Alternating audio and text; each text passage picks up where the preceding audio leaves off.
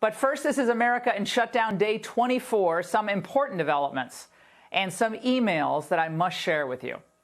As New York remains the COVID cauldron of America, 799 more folks in New York died yesterday, bringing the state's total to a staggering 7,067.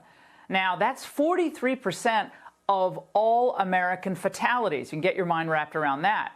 Now, the public hospitals especially remain battlegrounds, but the state overall continues to make some progress against the virus. We had 200 net increase in hospitalizations, which you can see is the lowest number we've had since this nightmare started, actually.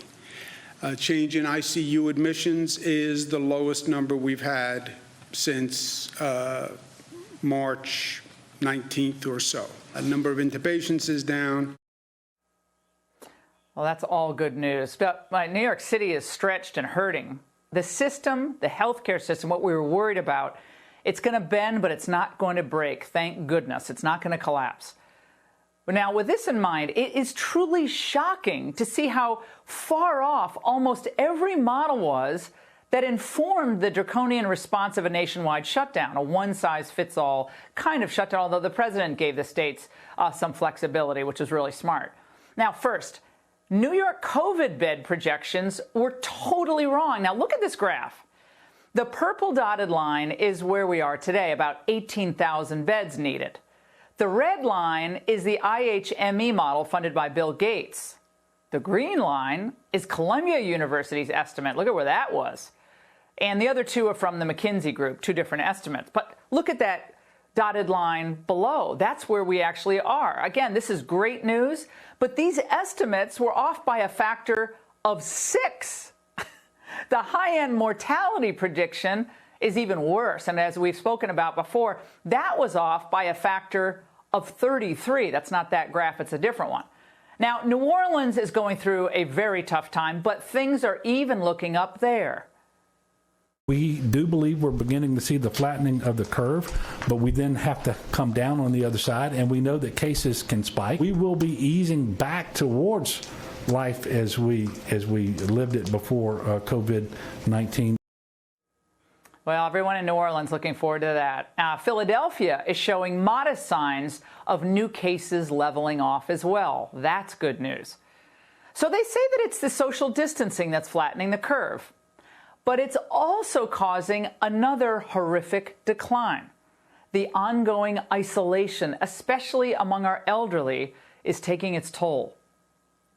Alexandra Gunnison saw her father in early March. The coronavirus was in the early smoldering stage of its wildfire spread across the country. Soon afterward, his nursing home in the suburbs of Washington, D.C. was closed to visitors. Not long after that, her father, Dana Gunnison, 75, was confined to his room, along with all other residents. He sleeps probably 18 hours a day. I call him every day when I'm able, she said, but he doesn't always pick up. Since he has Parkinson's disease and now no access to physical or speech therapy, it's increasingly difficult to understand him. And Gunnison of West Philly worries that ongoing isolation could accelerate his decline. This is heartbreaking. We have to bring these stories to light as well. I also got this text from a friend who runs a landscape design firm in South Florida. He said, this Paycheck Protection Plan is a mess. I know a large cross-section of small business owners across the country in many different fields and with a variety of banks. No one I know has seen a dime. We're just dying out here. We just cut 2/3 of our staff and put the rest on half pay. Nothing is moving, and by the time SBA loans are processed, we'll all be in 2021. What Pelosi did today is unbelievably dispiriting. Small business owners' lives matter. Cannot wait until things are back to normal. Well, I'll say. So what did Pelosi do today? What is he talking about? Well, she made it clear, and I know this is harsh to say, but it seems like Democrats in Congress almost want as many Americans out of work on Election Day as possible. Schumer and Pelosi held up a new aid package for small business because it doesn't contain all the left-wing goodies they want. All the GOP wanted to do was literally change one number. The $250 billion in the stimulus for small business would become $600 billion. Add another 250. I think it was 350. It would become $600 billion. Now, what they're saying, in other words, the Democrats is our agenda is more important than your survival, the survival of firms like the one I just referenced. Plus, the unelected medical bureaucrats, what do they keep doing? They keep moving the goalposts for when they think the economy can reopen. Trump was right a month ago when he said this. Don't forget the doctors. If it were up to the doctors, they may say, let's keep it shut down. Let's shut down the entire world. Let's keep it shut for a couple of years. Well, Dr. Fauci himself has dismissed as anecdotal, cheap, scalable, decades-old therapies that are already vital weapons in the battle against COVID-19. They show real promise in keeping people not just out of the ICU, but out of the hospital altogether, just like the CDC director. They're like this on the issue. On this subject, this is big news today. French President Emmanuel Macron made a surprise trip to Marseille today to that infectious disease institute of Professor Didier Raoult. Now, he's a renowned epidemiologist in all of Europe. Macron was handed the results of a follow-up study of more than 1,061 COVID patients that were put on a regimen of hydroxychloroquine and azithromycin. The preliminary report contained some very good news. Now, the results are still being analyzed, but the virologic healing was achieved in 973 of the patients in 10 days, or an efficacy rate of 91%. But what about the critics who cited possible serious complications of these drugs? Well, Professor Raoult found 0 cardiac complications in any of his subjects. America has some clinical trials of its own going on right now, but this French data confirms what our own Dr. Stephen Smith, he'll be on in a few moments, found in his infectious disease practice as well. This is good news. And thank the good Lord, we have a president who recognizes the importance of advancing these medical solutions as fast and as safely as possible. Now, a stark reminder of how far we have fallen because of this virus and, of course, the shutdown.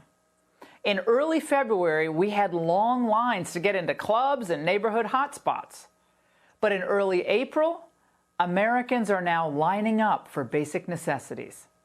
Over 1,200 cars lined up at this stadium in San Diego over the weekend. When they see that box of food coming into the car, some of them smile and some of them cry.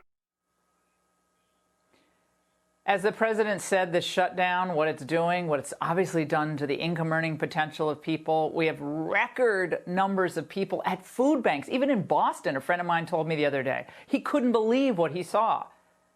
The president said this state that we're in, this is like suspended state of animation, is unnatural. It cannot continue indefinitely. Certainly can't continue much longer.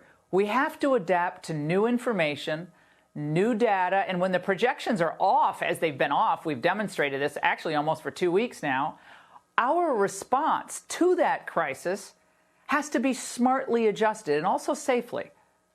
So new realities, new protocols, a phased-in reopening. Measures that work for New York, where things are still very tough, might not be necessary in Nebraska. That's okay. But unless somehow money really just does grow on trees, we need a reopening soon. A date certain where we can continue protecting the most vulnerable and at the same time reclaim our lives and our God-given freedom. And those are my thoughts at the end of day 24, America in shutdown.